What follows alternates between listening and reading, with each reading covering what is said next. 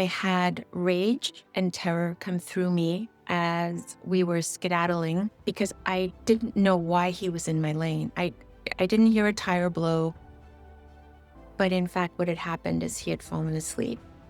And as the car was spinning and there was a smell of rubber and heat from the baseboard, there was a male angel.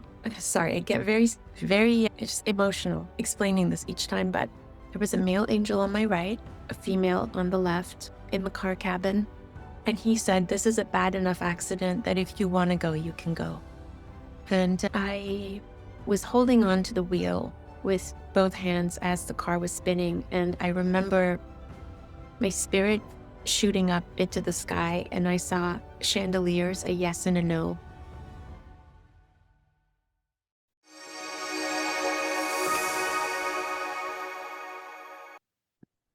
My guest today is Katayoon Zand Vakilie, who had a near-death experience, and she encountered angels on the other side and was actually given a choice of whether she wanted to stay or come back to her earthly experience. So, Katayoon, welcome. Thank you so much for joining us today. Thank you, Laurie, for having me on your beautiful show. And thank you for your wonderful sister reaching out to me. I'm thrilled to be here. Well, that's great. And I also love the energy of today because we are recording this on the full moon of December of 2025. So we were just talking about how we feel like we're basking in the energy. It's just about to be full moon in a couple of hours. So this will be a beautiful, divinely orchestrated conversation. Wonderful. And I'm very excited for the full moon in Gemini. It's going to be chatty. You're the second person today who said that and said it just that way.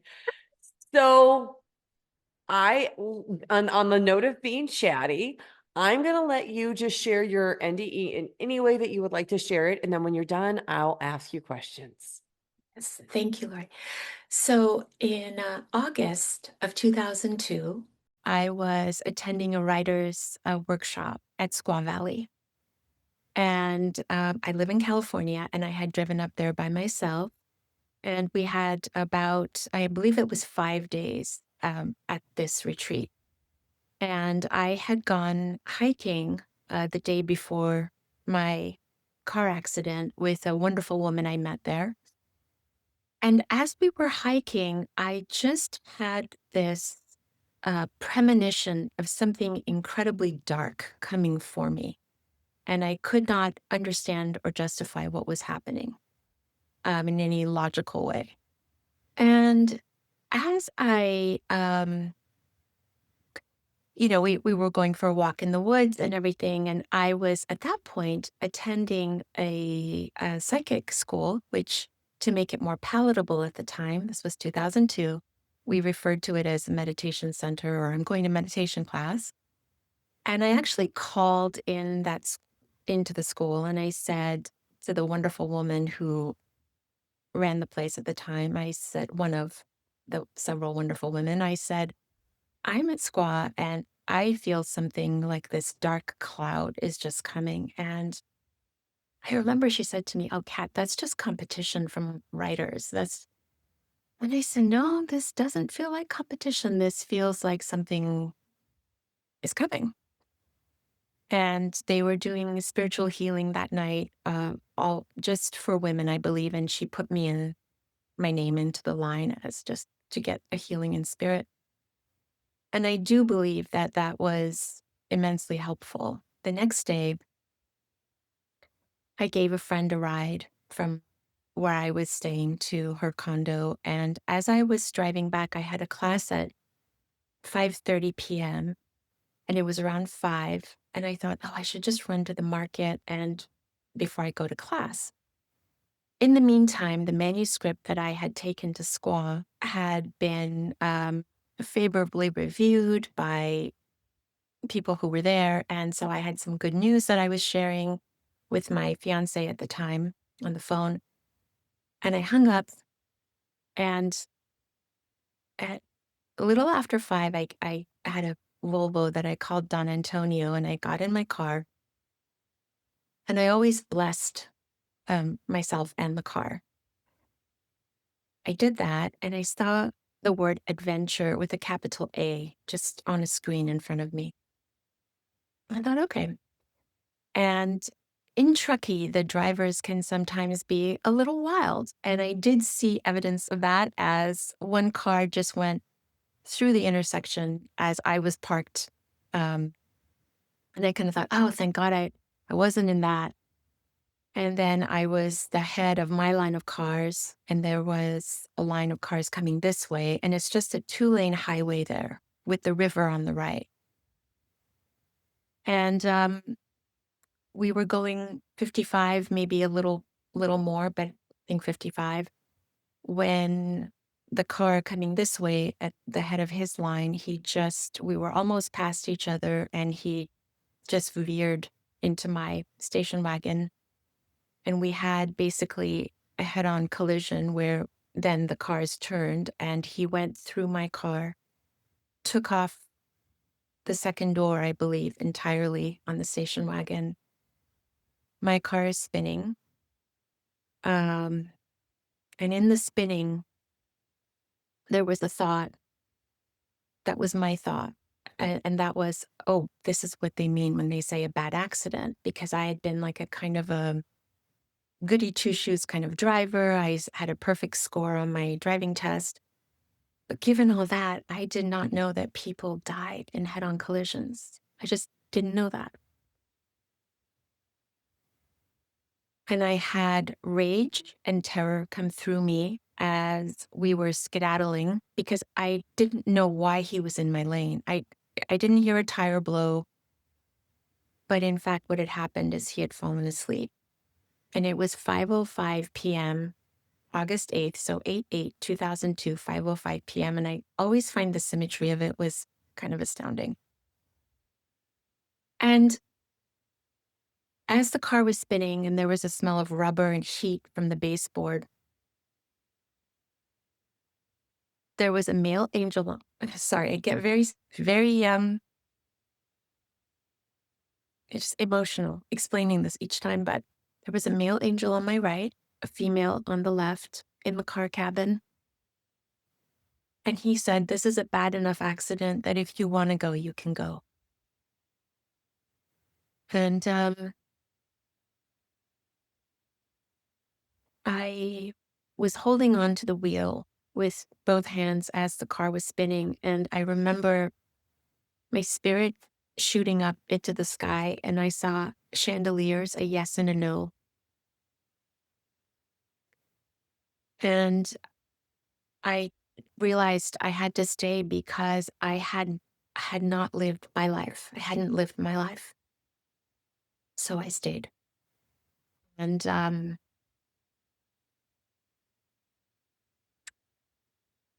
several months later,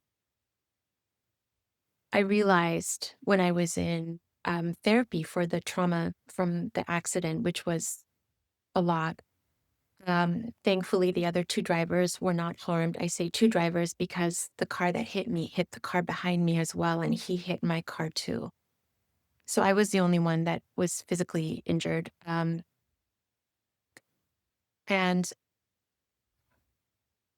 sorry, I'm dissociating a bit just telling this, but the angel's voice was one that I had heard before when I was hospitalized several years before, with a very serious illness that was kind of mysterious.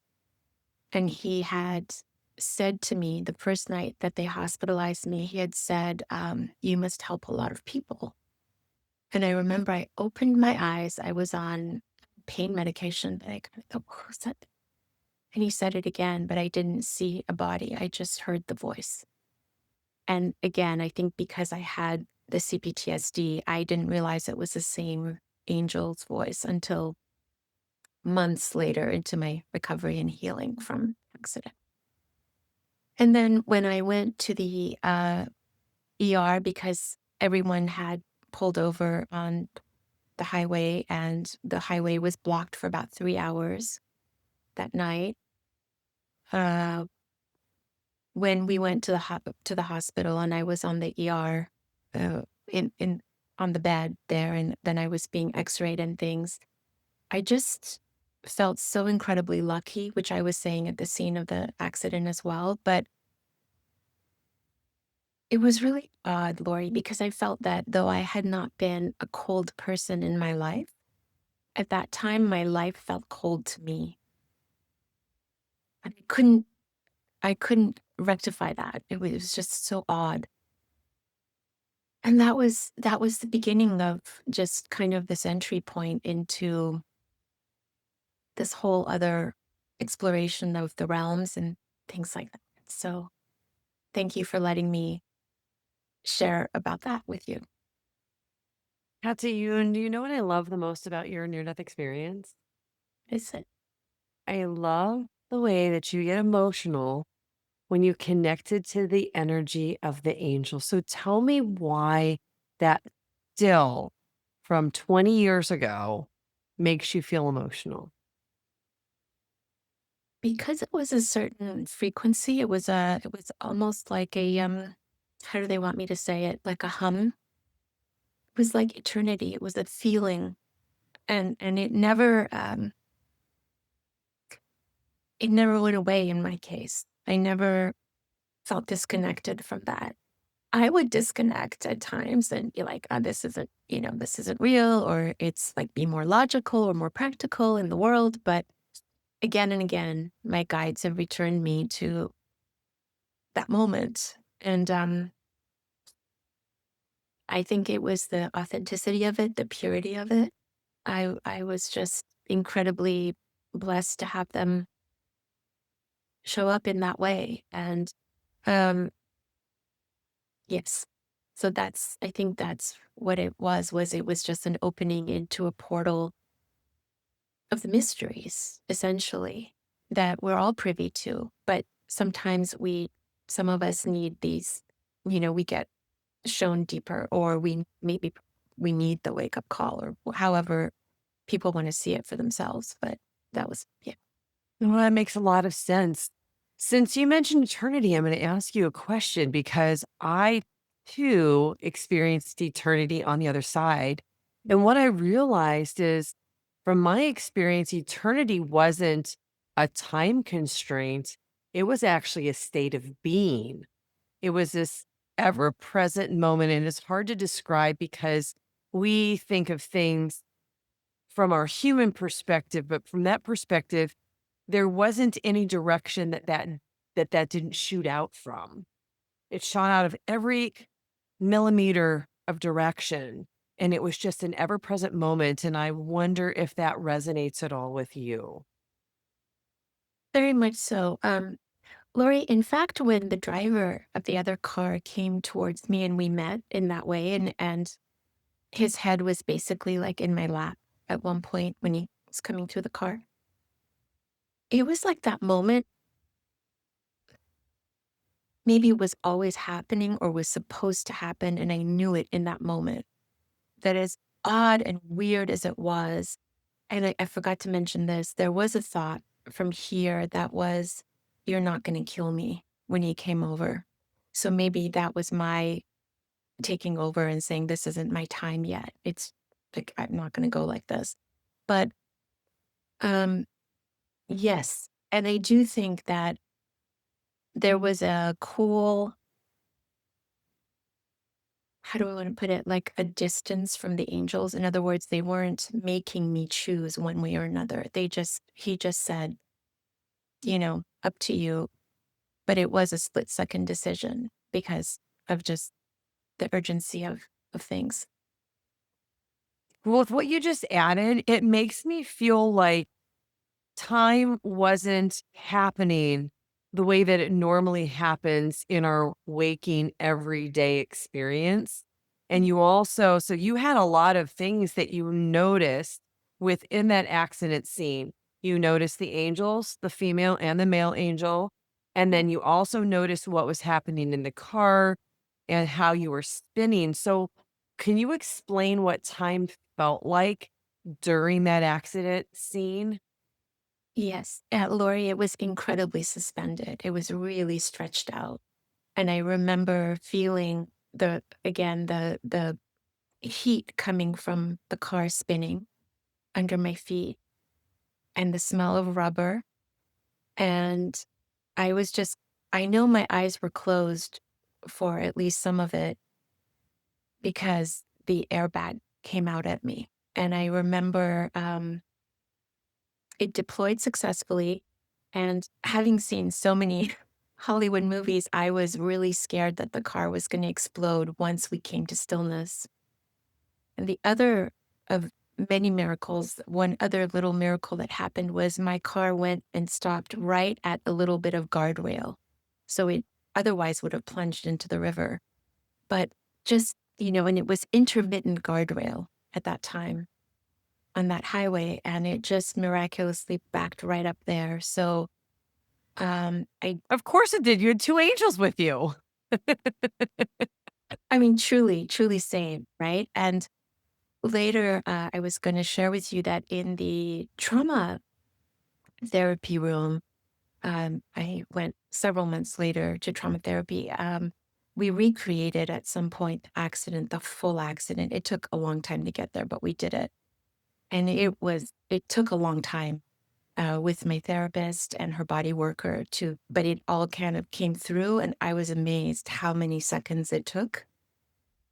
And I do remember in the ER, the um, CHP officer who came to see me there, he said, this much more. And I said, oh gosh, would I have been paralyzed? And he goes, you just wouldn't be here. So yeah, I got the gravity of it from that because they pulled me out the passenger side. So I never saw my side of the car. I just remember seeing the door and knowing that it wasn't a door anymore that I could open. And I was just in this mad dash to get out before the car would potentially explode, which it didn't. But it's the smell of the gunpowder in the bag that got deployed that got me thinking this car might explode. Oh, interesting. I wouldn't have even thought about that, but of course they would need a mechanism to make it spring out as quickly as it does. That makes a lot of sense as well. Yes, they told me at the time it comes out at about 60 miles an hour. Hmm. You do end That's up, why small children aren't supposed to be in a seat unless the seat has this sensor that senses. You'll see it turns it off if a child is below a certain weight because it can be deadly, I think.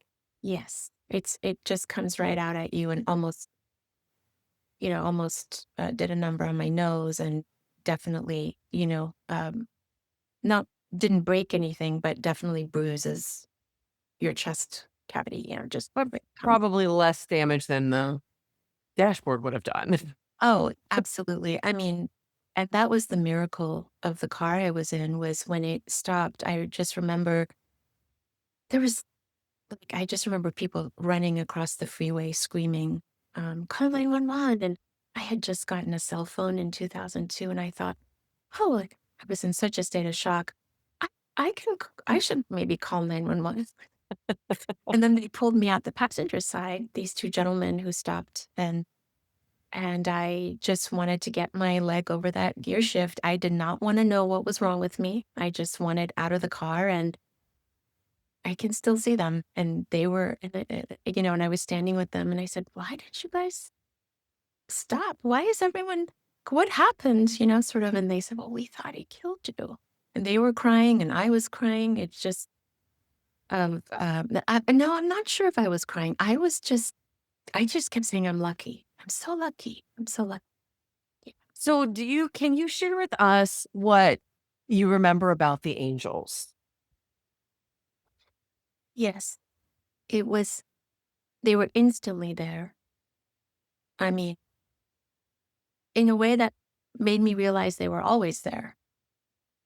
Were they Um, solid? Were they translucent?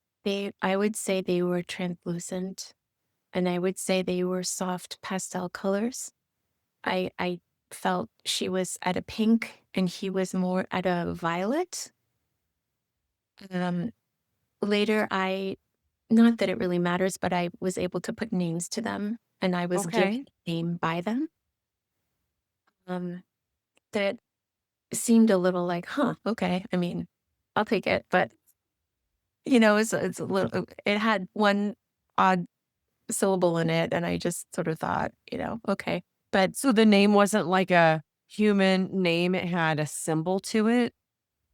um, for their names, no, all the names were human names, but it was just an initiation of the deepest order in a nanosecond. It was just like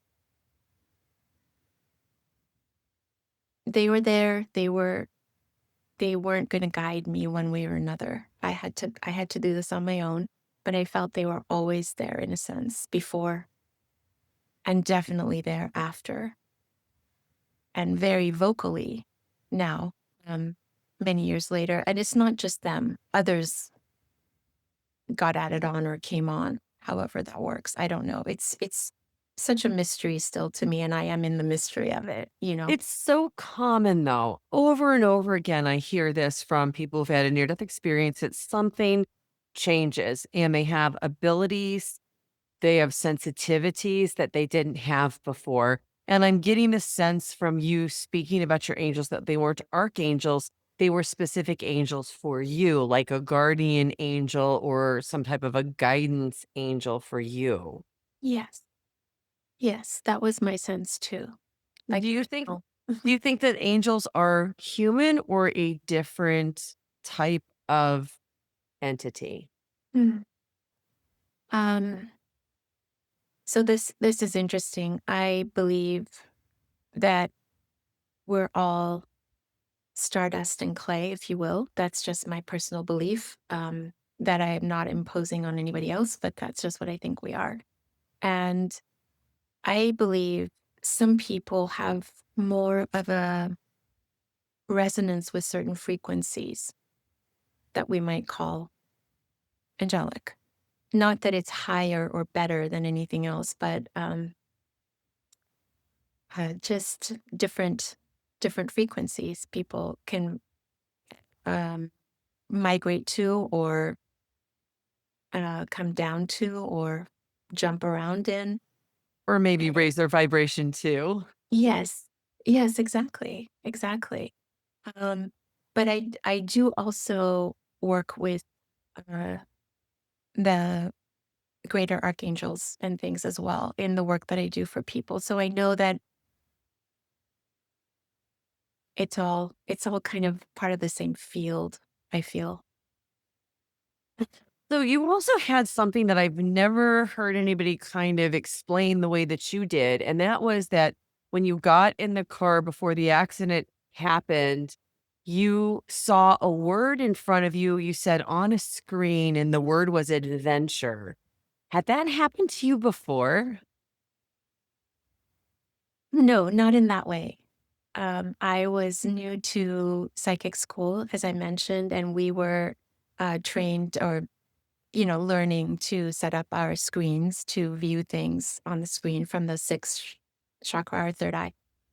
And that was a huge message because the word was big. It was kind of emblazoned on my screen. Um, yeah, it was really cool. But it After, doesn't make me feel like it's a warning, but it's almost like a something's coming. yes, it was like a herald, you know? Yeah. Sure. And had that happened before to you? Not like that, I wouldn't say. I think I was more, I don't know, maybe more shut down before. I do know that when I heard the angel's voice in the hospital, I tried to check it out gently with my visitors that week. And I believe it was Thanksgiving. So when my friends came and they were playing cards or games or something on the other bed and they were all masked, I was in the isolation ward. I said, "Hey guys, I think I'm supposed to maybe maybe help people or something like that." And they said, "Gosh, you've helped us so much. Just go back to sleep." And so I didn't go so far as to say that I'd heard a voice because I didn't know what a voice was at that time and was very afraid of seeming cuckoo, frankly. And so then, yeah, I'll leave it at that. With that, that was I hadn't seen an exact word like that. And also, Laurie, I will add, when I was recovering, I was swimming in a pool, a lap pool, and I was doing the side stroke a lot. And I remember at one point, one of the lamps from the pool wall got dislodged, floated to the surface of the water, and just burst into flames. And I was going right past and saw this, and I stood up and I got to say, "Everyone out of the pool." And then we all jumped out. And I went home and I watched a movie with George Clooney, Syriana. And in that movie, there was a scene that just reminded me of what had happened in the pool. And I stopped the film. I sat up and I started taking notes of all the times that I had personally been saved physically. And it was many, many times. I mean, many times. And those were only the ones I could remember. So I don't know. I don't know what that is. I don't know what that is, but I it think was, it's super common because over and over again, when people have a near death experience and they have a life review, they're often shown times when somebody was with them, somebody intervened on their behalf, somebody was there watching out for them. So I think that that's really common, but I think it's less common that somebody notes them, recognizes that's what happened, and acknowledges that. yeah, over and over saved. I mean, no doubt. And And I think we all are, but we just don't either remember it or we don't acknowledge it. yeah, Yeah, I think that that's it, beautiful. I love that you're sharing this because I know that you're giving people a lot of hope because I think that when we come into this earthly incarnation, we feel separated. We yes, feel alone. And there are a lot of people who are living a very solitary life. They either have lost the loved ones who were with them and they do feel alone. And I love hearing about these messages where you were shown that those angels were always there. Because when you say that out loud, somebody watching understands, oh, not just for her, but for me too. oh, absolutely. Absolutely. Absolutely. I see it in people's fields all the time. Oh, In the tell me about that. What do you mean? when I have readings that I do for clients, whether it's for their animals or for the clients themselves, the angels are very, very present, and it's fantastic. In fact, when I tapped into our call today, yesterday, I one of the things that I wrote down from yesterday was hope. That we would talk about hope, Oh, freedom, angelic support, the spheres, and hope. And then today, there was a ruby throated hummingbird that appeared 2 times outside my kitchen window before I hopped on the call with you, and I wrote hummingbird as well. So beautiful. the hope is very important. And I'm a student of human design, and my signature motivation is hope.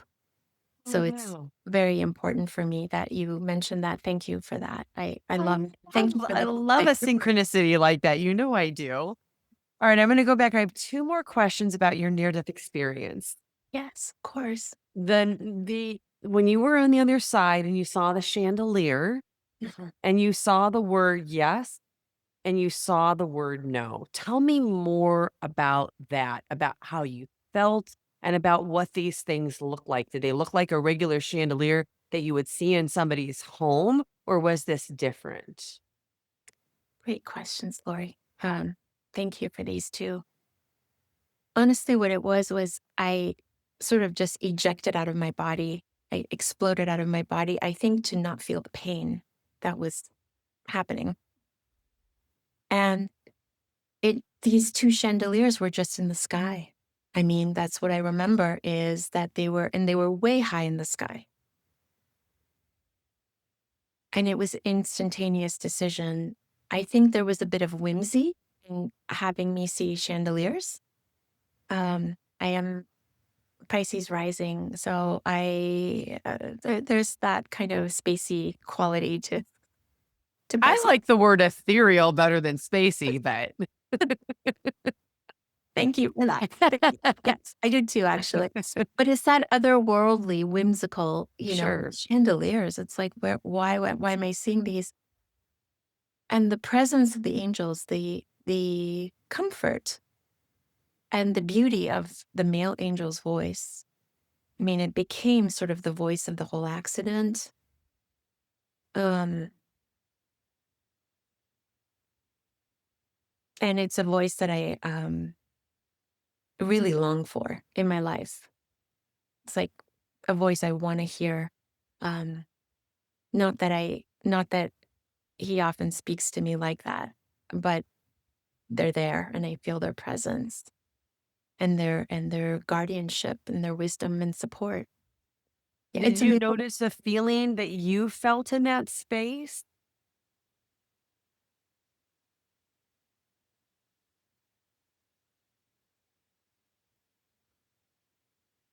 Um, it would just be thank you. Oh, It's gratitude. just endless thank you. Just an endless thank you. You know, and I think it's partly why my bones healed really fast Mm. afterward as well. I was told that it's the attitude of people coming through situations like this that makes all the difference for them because some people um they don't heal as completely as I did and so forth. But I just felt so lucky, Lori. I felt so lucky. I felt so blessed. And, the spectators who'd seen it and the people on the side of the road were a little bewildered at how I could constantly be saying, I feel so lucky, but I really did. I really did. And to have been shown the realms like that and in almost like dipping a toe in the pool of all of that. No, it makes a lot of sense. All right, you brushed over this comment, and I want to dig in a little bit more because I think it's probably the most important thing that you said about your near death experience. Mm. So, Katayoon, you said, I realized that I had not lived my life. What in the world did you mean by that? Yes, it was really sobering, Lori. When I was on the X-ray slabs at the Truckee Hospital, and they put me on there 3 times because they couldn't find something that was actually there that I kept trying to tell them about. Um, they, I was just really aware that um, I was someone who just did what they were told. And someone would say, you should do this, let's say, and I would, to people please and be agreeable, I would go along with it. But someone else would say, how about this? And I would think, okay. And I would go with that. Even though I had a strength of character from when I was young, socially, I felt like I had to comply a lot with the cultural and societal demands. And Especially on women, right? oh, goodness, yes, yes. And I feel now we're in this divine feminine rising. Thank goodness. And we can shed so much of that. And I'm a Gen X person. So in that generation, I mean, that's still we were being told all the time, which, Absolutely. Yeah, me too. but Probably most of the people watching.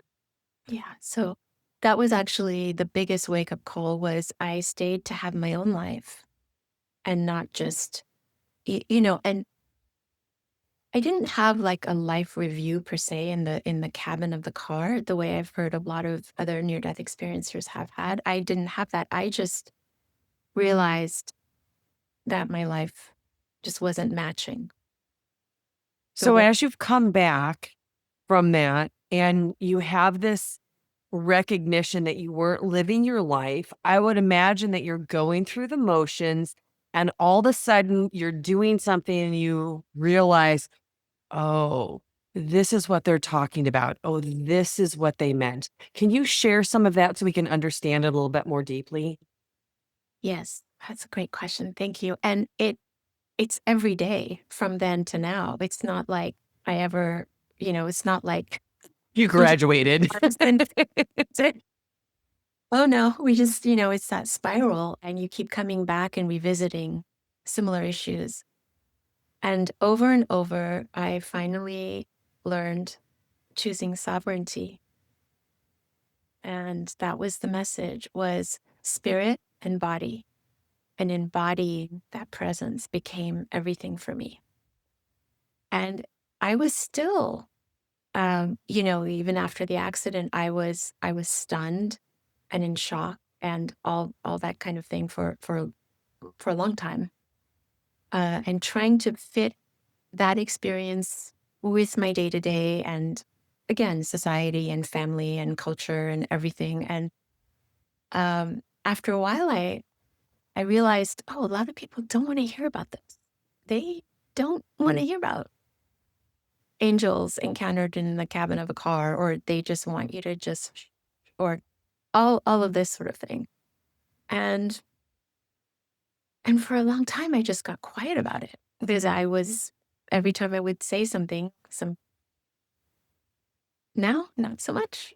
After 2023, I just decided, this is the time and people are so open now. And you don't have to say you're going to meditation class if you're going to psychic school. And so, yay, because these abilities are coming online for all of us, I believe, for those who would choose it and like to pursue things like that, have a bed for it, they have a knack for that, or they're interested. It's beautiful. And so that's That's been a bit of my journey since the accident.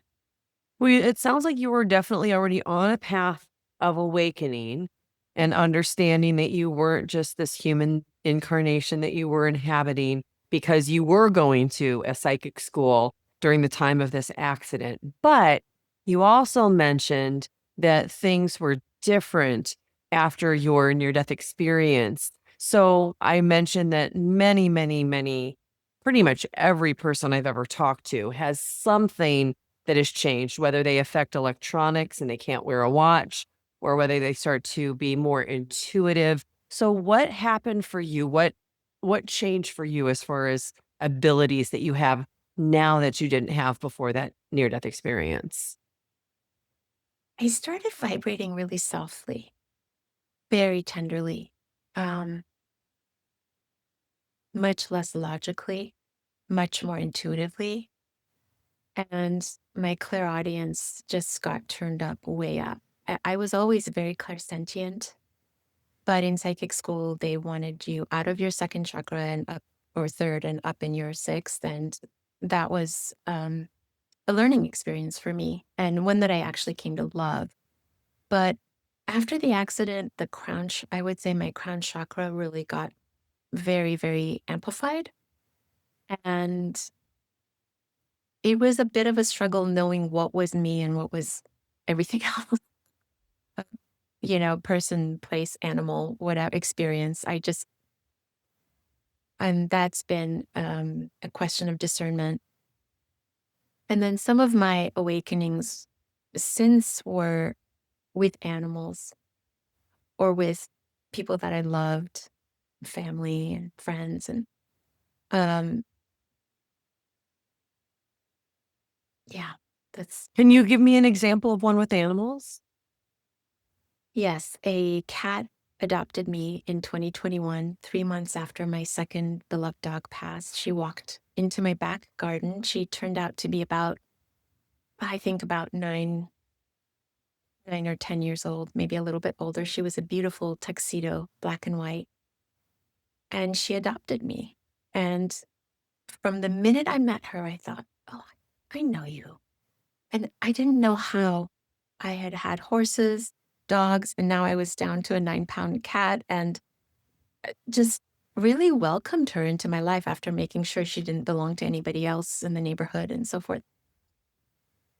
And she insisted, this cat, on doing mirror work with me, Laurie, in the morning and at night. And I mean, if I didn't show up in front of the full, you know, mirror, she would meow until I came with my coffee cup in the morning or my teacup at night. I mean, just in front of the mirror. I kept thinking, why are we? I mean, what is this obsession with this mirror that this cat has? And when she came, she had definitely been abused, I could tell, and needed care. And I couldn't, I didn't know if she'd ever been around mirrors. So first I thought it was just that, but it was actually much deeper. And it was her insistence was, let's sit and be together and let's look and go places. And we journeyed a lot that way. Past lives came through. These abilities got very turned on when she came into my life. And I had in a friend who was an Egyptian astrologer. And she said, oh, when a cat comes into your life, that's when your holy desire gets amplified, especially a cat that chooses you, as this cat clearly did. And the depth of what I was able to access when she was in my life was extraordinary. And it started really in May of 2023 to now. I did a series of shamanic journeys. And before, when I would read for people or look at something, let's say psychically, I would see it again as I was taught on my screen and so forth. After the first journey, I just started receiving the downloads were full body, and it was like I was being shown a full movie through guides and things like that, talking to me, including angelic guides, including a lot of iconic figures would come through these journeys, and they're available to everyone. I'm not saying I'm anything special, but I just happen to be really receptive to it. And I was able to sort of see through certain things that I had not wanted to see in this lifetime for me in my own personal existence. These were illuminated and clarified. And it was amazing. And it was when she was with me. So, and then because I was so curious about my cat's background, I started taking animal communication classes as well, and found that I loved that work and just had a knack for it. So I started reading for people's cats and dogs and horses and all kinds of things. And then the trust technique, which is run by James French, does a great job of helping people live even more peacefully with their beautiful animal companions. And it was the best meditation technique, bar none, that I have come across in my life. And I got into it because my cat needed to go to be checked for certain things when she first came. And I was having a lot of trouble with putting her in the carrier and all of that. My dogs had been just so amenable, and she was a little bit more resistant, still very sweet, but just a bit more resistant. And I was so sensitive to her discomfort. I just realized I need to get more grounded, and I need to be better in tune with her. And so I did the trust technique, and they do this present moment meditation that takes just a few minutes, and it's just revolutionized our lives. So that's for anyone who might be listening who would love a little bit more closeness with their precious animal companions. Yeah. And who wouldn't want that? But what's the most unusual message that you got through a pet of a client? Oh, I love that. Well, I recently have worked with people who had cats who had gone missing, and they reached out to see if I could help locate the cat and so forth. And we had a very successful session, and I just said I keep hearing coming home, and I was shown the next day, and the cat had been gone a long time, and the cat came back the next day. And I was in a session with another client. I get chills telling you this, and it's like something clicked, and I said, I think he came home. And after the session, I checked my email quickly, and indeed, there were tear emojis from the guardians. Like the cat tear emoji? All in caps, and, I somehow end up reading for a lot of European animals. Don't know, I'm in California, but it's hilarious. So that was amazing for me. Very, very validating that the guides were right. And the message from that cat in particular was, um, just tuning into how best to put it.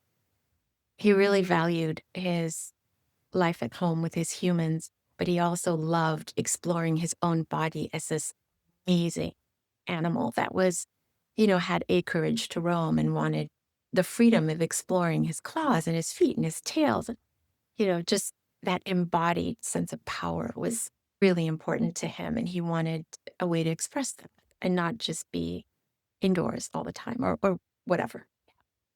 That's nice. All right. The last question I want to ask you about your experience when you were communicating with the spirits on the other side after your abilities opened. You said that they were able to work through and show you some different things in your life. Did they also help you with lives of other people around you or with information about the collective? Yes, they did, Lori. There were many specific and collective messages. And I was able to, they showed me ways to sort of unburden from things that I had been carrying that I didn't know, guilt and shame and things like that. And after and in one journey, I was actually initiated into something, and I was like, all the,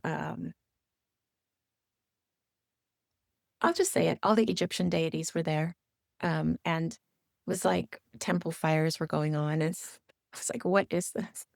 And they said, you're being initiated. And I said, into what? Oh, okay, but into what? And they said, the Brotherhood of the Wolf. And I've always loved wolves, but I didn't understand what that was. And the more I researched after the journey, the less I understood about. I mean, there is a kind of a French film that I had seen many years ago, but it had nothing to do with that really. And then I did a QHHT session with someone, Mm-hmm. and she told me that she had traveled to Egypt with a group just that April, I believe, or maybe the April before, but I think it was that April, if I'm not mistaken. And she said that in the temple, the man who was their guide had said something, something, the Brotherhood of the Wolf. And she said, I had no idea what he was talking about, but he was talking about it. And maybe you would know um, better than I would know. And I said, gosh, I don't know. And then my Egyptian astrologer friend said that Anubis, the DNA of the jackals, is the same at that time as the North American wolf. And that's what it is. It's Anubis. And Anubis, for the people who don't know, is depicted all over Egypt. I was just there in February on every temple, just sometimes in very beautiful colors. But Anubis is a dog in Egyptian. Do you know a little bit more about it? I mean, would you like to explain it? Go ahead. Well, he's sort of the ferryman between the realms Yes. and helps with Mott to weigh people's hearts to see if it's as light as a feather, then you can go on. And if it's not, then there's more work to do. That's my understanding of Anubis. Yeah, But me too. Beautifully said.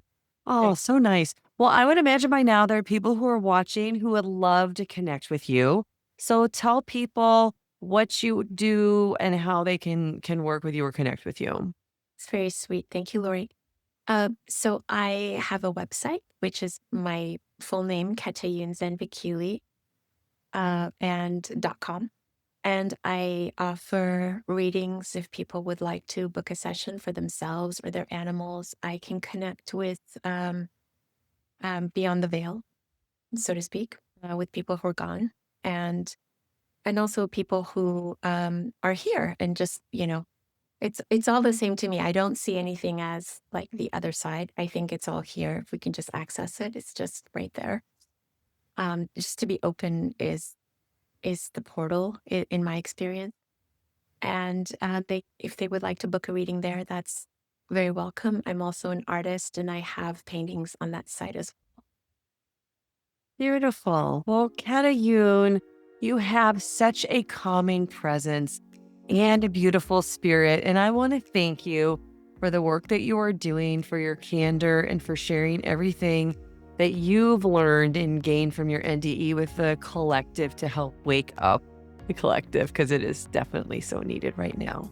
Yes, thank you, Laurie. It's been a pleasure to be here. Thank you for the magnificence of your generosity and beautiful spirit, as well as your sisters. Thank you. I wouldn't be here without her. And just thank you for for your beautiful viewership. And And I just also do want to apologize. I am very neurofluid, so if I hop here and there, that's just how my brain goes. So I thought you told your story very fluidly, very, very succinctly. It right. was great. And of course, this show is absolutely nothing without all of you who take the time to tune in, to watch, to listen, and of course, to share these experiences with somebody who needs them. So thank you, everybody, for watching. Yeah, thank you. There's a reason you found this video. These stories awaken something ancient inside us.